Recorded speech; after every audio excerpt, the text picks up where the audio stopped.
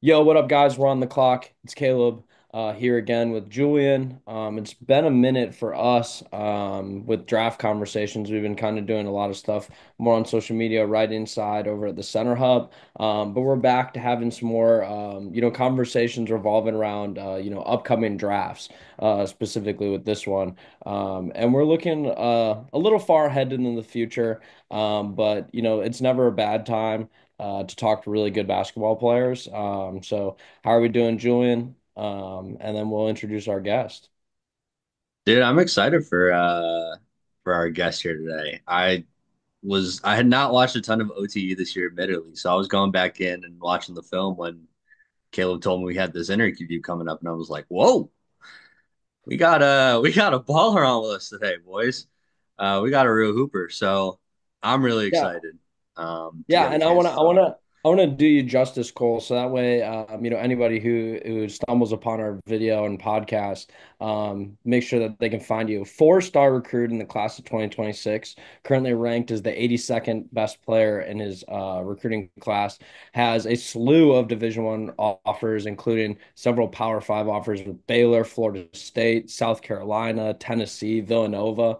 We got Kohl Rosario, a guard from the YNG Dreamers of the Overtime Elite League, I guess you could call it. How are we doing, Cole? Happy to have you on. What's up, guys? Thank you so much for having me. Hope you all having a good day so far. Yeah, it's been great. Talking How, hoops. Yeah, how was that championship run, man? man. I've had a bunch of people ask me this question. I always give the same response. The only word to describe it really is just unreal. Because I'm sure everyone's worked for something in their life. We all traveled to North Carolina. We all um, went away from our homes really for that one goal was to win a championship, and we accomplished that. And it was really hard. I know it sounds cliche, but I mean that hard work really paid off, and we got to see a reward in the end, and we really won it. Yeah, I mean, you guys were dominant all season. You personally, all Mhm. OTE. You were alongside the Ellis brothers, one of the key parts of that team. What was it like? So this was your first year in OTE. So Mhm. um, at Moravian, you had, a friendship and relationship with the Ellis brothers, I'm assuming. Like, what was the pitch from them to get you to come over to OTE this year and hoop with them? Yeah, again, the same thing. Like the pitch they gave me was, we're gonna win, and we're gonna win a championship, and we're gonna do it the right way. Also, Isaac, he also brought me with a bunch of fishing stuff, saying, "Oh, we're gonna go fishing all day, we're gonna go golfing all day." That's what we did. We played basketball, did some school, and and fished a lot too. So a little bit of a That's mixture of awesome. all those three, but in the end, it worked out.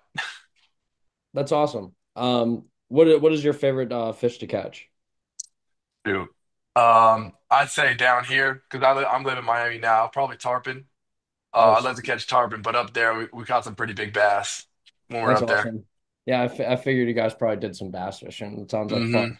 Hmm. You mentioned school. We'll talk more about basketball the rest of the Yeah. pod, but what was kind of the change up for you? You said you obviously guys all left home.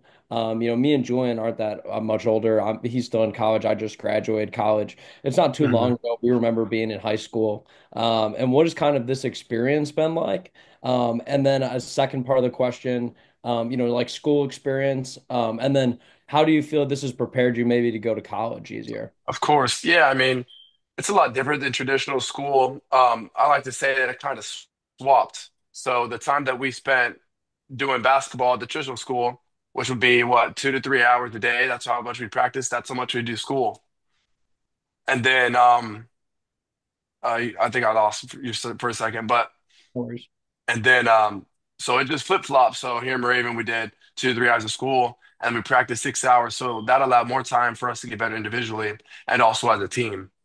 So I like it a lot better. A lot of times at school you waste time going to lunch, you waste time going to class. Hmm. And a lot of times I find myself already done with the assignment while I'm waiting for my other classmates to finish. And I'm just sitting there like, what do I do now? But here with the school, we do it online. We could go at our own pace, and you can just you can knock out as much school as you can. One day if you feel like you got to do it, and one day you feel like you don't. It's really up to you. Just got to make sure it gets done. Yeah, no, and I mean, I'll tell you, especially I'm sure Julian can speak to it. Going to college now, it's a lot more similar to that. You know what I mean? A lot of your week is kind of Hmm. laid out for you, and it's like, okay, get your stuff done. And it's a little bit more of that like adult and freedom type structure. So that's good It stuff. is. I'm always curious to hear about what the education portion of all of this experience is for you guys. Um, now talking basketball. Julian brought it up. You're all OTE. You have all these offers. What has kind of been your, I guess, off season been like so far? Are you still working out a bunch? Are you taking some time off? And then, recruiting wise, are you get fielding calls from coaches 24/7? What's kind of your situation been like this off season so far? Yeah, of course. So, I know it's kind of like assumed that, after the championship game, you kind of get a lot of time off to relax. Well, we had 40 games, 7 months of straight practice every single day. I know some of my teammates did get to get some time off, but as for me, we had EYBL and AAU coming right around the corner. So I went from winning the championship on Sunday or on Saturday to then having to practice and fly up to North Carolina again for my EYBL team on Friday.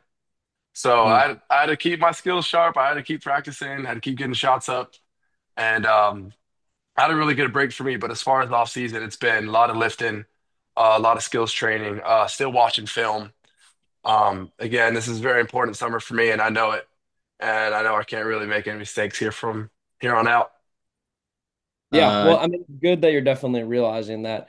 You talked about skills wise. Mhm. Who are you kind of modeling? You're trying to model your game after? What areas you're trying to work on right now specifically? And I mean, Mhm. we'll talk about some of the things you do well, but I'm curious to hear what you think first. Of course, yeah. So a lot of what I'm going back is all the feedback that people that I look up to, college coaches. My dad played pro a lot, so I go a lot based on what he has. Just based on my mentors that I look up to, and but I do watch a lot of film on Christian Braun. I've been told that I've had a similar play style to him, so I've been watching a lot of film on him and just seeing how he gets out, runs the floor, how he rebounds, how he attacks, how he plays defense. Um, and yeah, I mean that's just what I've been working on. I've been tightening my handle a lot, and then also perfecting my shooting ability. But and that's the main thing. And in my weight training program that I'm doing, my weight training now, she's really focuses on how to do a lot of body movement, how to be agile, really just control your body. So it's really helping me. I feel like it's all coming together and starting to get into it now. Hmm. Julian, you got something? yeah, just to follow up on that, are you watching more OTE film, college film, Hmm. or like Are you professional? Like, watching yourself to get better, or are you watching other people? yeah. Both. Yeah, both of them. I'm blessed to be able to have the app synergy because that does both EYBL and OTE, so I can just plug in some data there and it pulls up all my clips with just me. But I got to do both. A little bit of me, a little college, a little bit NBA. Cool. Cool. Maybe me and Julian are on Synergy all the time. Maybe we can send you some guys over that we can recommend you can dive For into. sure, for sure. Yes, Uh, sir. Can yeah. always learn, always get better. Take anything Yeah. I I mean, can. I mean, I reached out to you obviously because I see you kind of being somebody who could potentially make a run in an NBA career. And, you have a skill set that is required for a lot of teams. You need guys that can play defense, run the floor, and shoot the ball. Um, I've always been kind of impressed with your shot process. I think you got a really good looking jump shot. And I think that Thank you. that's something that's, going to carry you as long as you continue to play through your shot. The stuff that I love that specifically jumps out. I got like a gardener walking by. The stuff that particularly jumps out is your pace that you play at all the time. I think that I mean I'm sure Julian will agree with me. You just look like you love basketball. Like you play extremely, extremely hard. I don't really ever feel like I see you not like running, and it doesn't look like you're ever like not at full speed, which is something that we just saw a player recently at Portsmouth Invitational Tournament in Virginia that Julian knows I love, and I was able to lucky enough to interview him as well. Gabe Madsen, he's a guy who played at Utah 5 years. Was able to carve out a nice college career, and especially now playing in college, you get paid. Hmm. Was able to carve out a nice college career, and by the end of it, like he was a shooter the whole time, but his ability to just play hard, nonstop, 24/7 is getting him invites to go potentially be a draft pick or go play overseas. So, that the small stuff of like, hey, playing hard and not like and treating every single game like it's your last is gonna continue to catch people's eyes like myself, who are trying to look at basketball with like a little bit more of a critical lens than just like, hey, the kid put up, 15 points per game in overtime elite. Like, we'll ask you more questions about some of the guys that you guys are playing with. Obviously, you're playing against adequate competition. You know what I mean? And you're playing really well. So it's going to be like, you know, going forward, people are just going to continue to try and pick and pry at the small little stuff where it's like, oh, hey, is he focused 24/7? For you, it's like people are going to ask, are you going to be able to play combo guard at all? Or otherwise you're going to have to bulk up and start really pressing down on your switchability on defense. And those are like certain, like, things that people are going to try and push you towards and Mhm. conversations that are going to be had as you move in towards like a draft process. But, So yeah. just Uh, to yeah. follow up on that real quick, one thing I notice a lot about your game is one, you're always randomly popping up back on defense to make plays, and two, you are like always on the floor.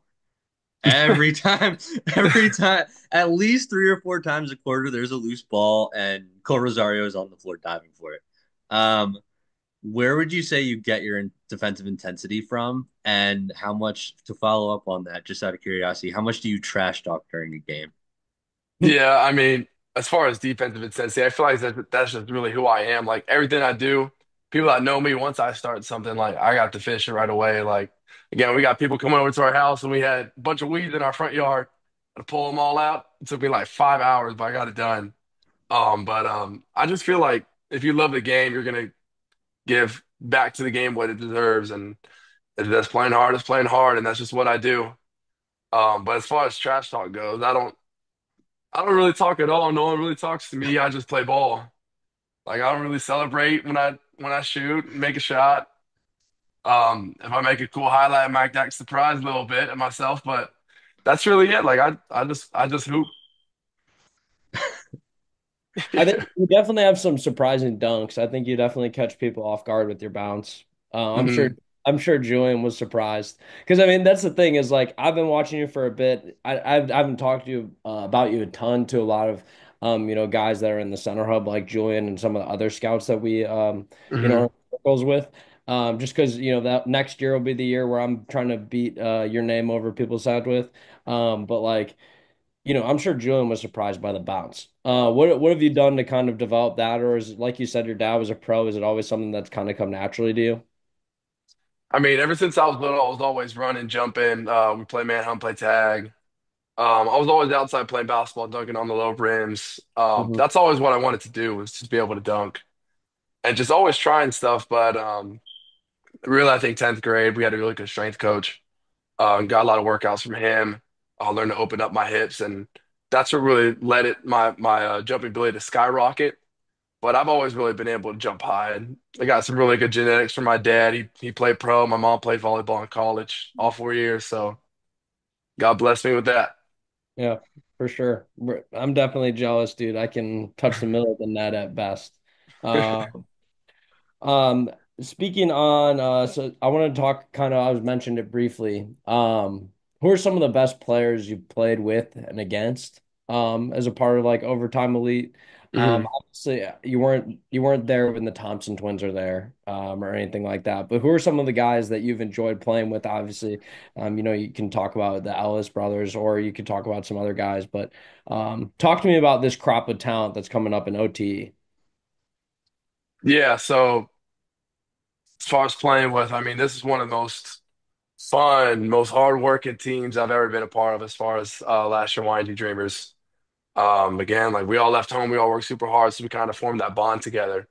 And we all thought, okay, if we're gonna do this, we might as well do it right. We might as well all go out. So everyone had that hardworking method. No one was different from each other. We all had that in common. It was just great to play with every single one of them. Again, the school I went to before, I was the best player. Um, that's the thing. I was the best player before on last year's team too. But like I would have if I didn't score 30 points last year, like we would have lost. That's how it was. but being able to be surrounded with just high level athletes, high level players, it just makes the game so much easier because they know exactly where I'm going to be. I had a great point guard and great players around me, so it just really helped make the game easier, as I said. But as far as people that I played against, again, when you score 30 points a game against random high schoolers, it's not really doesn't really mean anything. So I feel like playing OT, you kind of get a little bit of recognition that you deserve with Malik Thomas and Sean Abayev, all those really high level athletes that are going to play some really high level programs. It was good. Yeah. No, I mean, you definitely held your own too, which is I think a couple years ago would have been something that I think other outside of the Thompson twins, a lot of people were probably questioned like the quality of basketball you guys are getting. But Hmm. I think it's been great the last couple of years.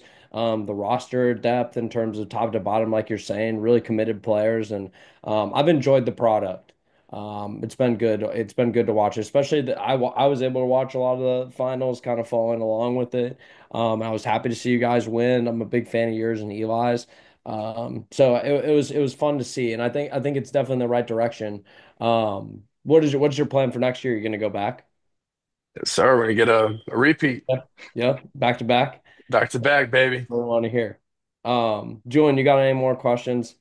Yeah, I got actually a fun one. So, Yeah. I was listening to the broadcast, and Davis and Snipes were talking about you. I know you're one of their favorite players. Um, they threw a player comp out for you, and I want to I want to hear your thoughts on it. Yeah, Uh, man, they don't. They don't know I, anything about basketball. You can I say it. I know you're only 6'4", Cole, but they compared you to Gordon Hayward. They also said Grayson Allen. What do you think of Mhm. those two player comps? I mean, I'm just I curious. just think that they chose anybody that in the NBA that was white, and they just put that label right on me. That's what really everybody says in Instagram. But shoot, Gordon Hayward, great player. Grayson Allen, great player. So I'll take it. I love it. I love it. Great stuff, Cole. You gotta take what you can get sometimes, man. Being Exactly. compared to a pro is getting compared to a And pro. man, it's great.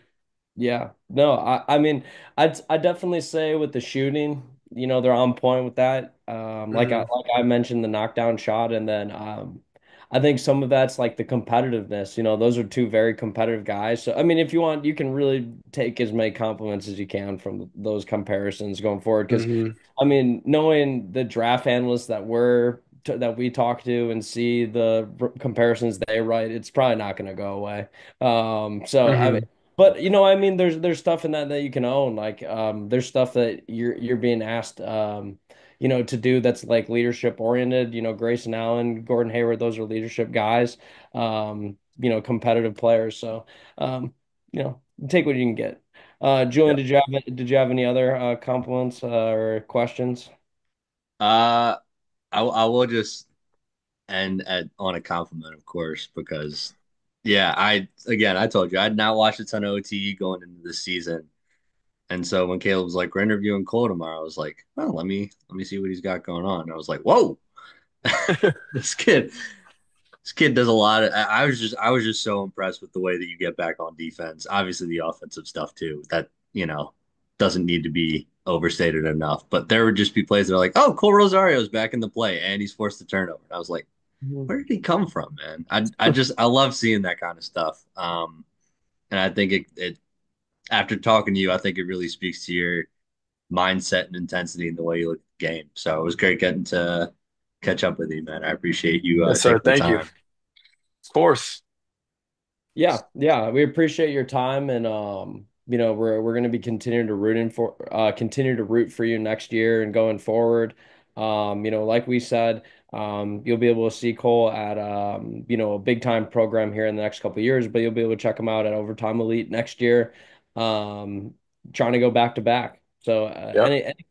any closing words, Cole, that you want to put out there? Anyone you want to call out this year? Is there anybody along the way that you hope you dunk on, anything like that, or are you just all about hooping? No, I'm just all about hoops. I really appreciate you guys. We got to chop it up again sometime soon, and hope to see y'all at the games. Yeah, no, we'll have to make it out representing the center hub at some point. For It's sure. definitely on the bucket list, and like we said, we'll send you some guys to go dive into on synergy. Perfect. Yeah. It's different in person. Yeah, yeah, Hmm. it is. Well, we're excited to see you continue to ball. So with that being said, we're off the clock.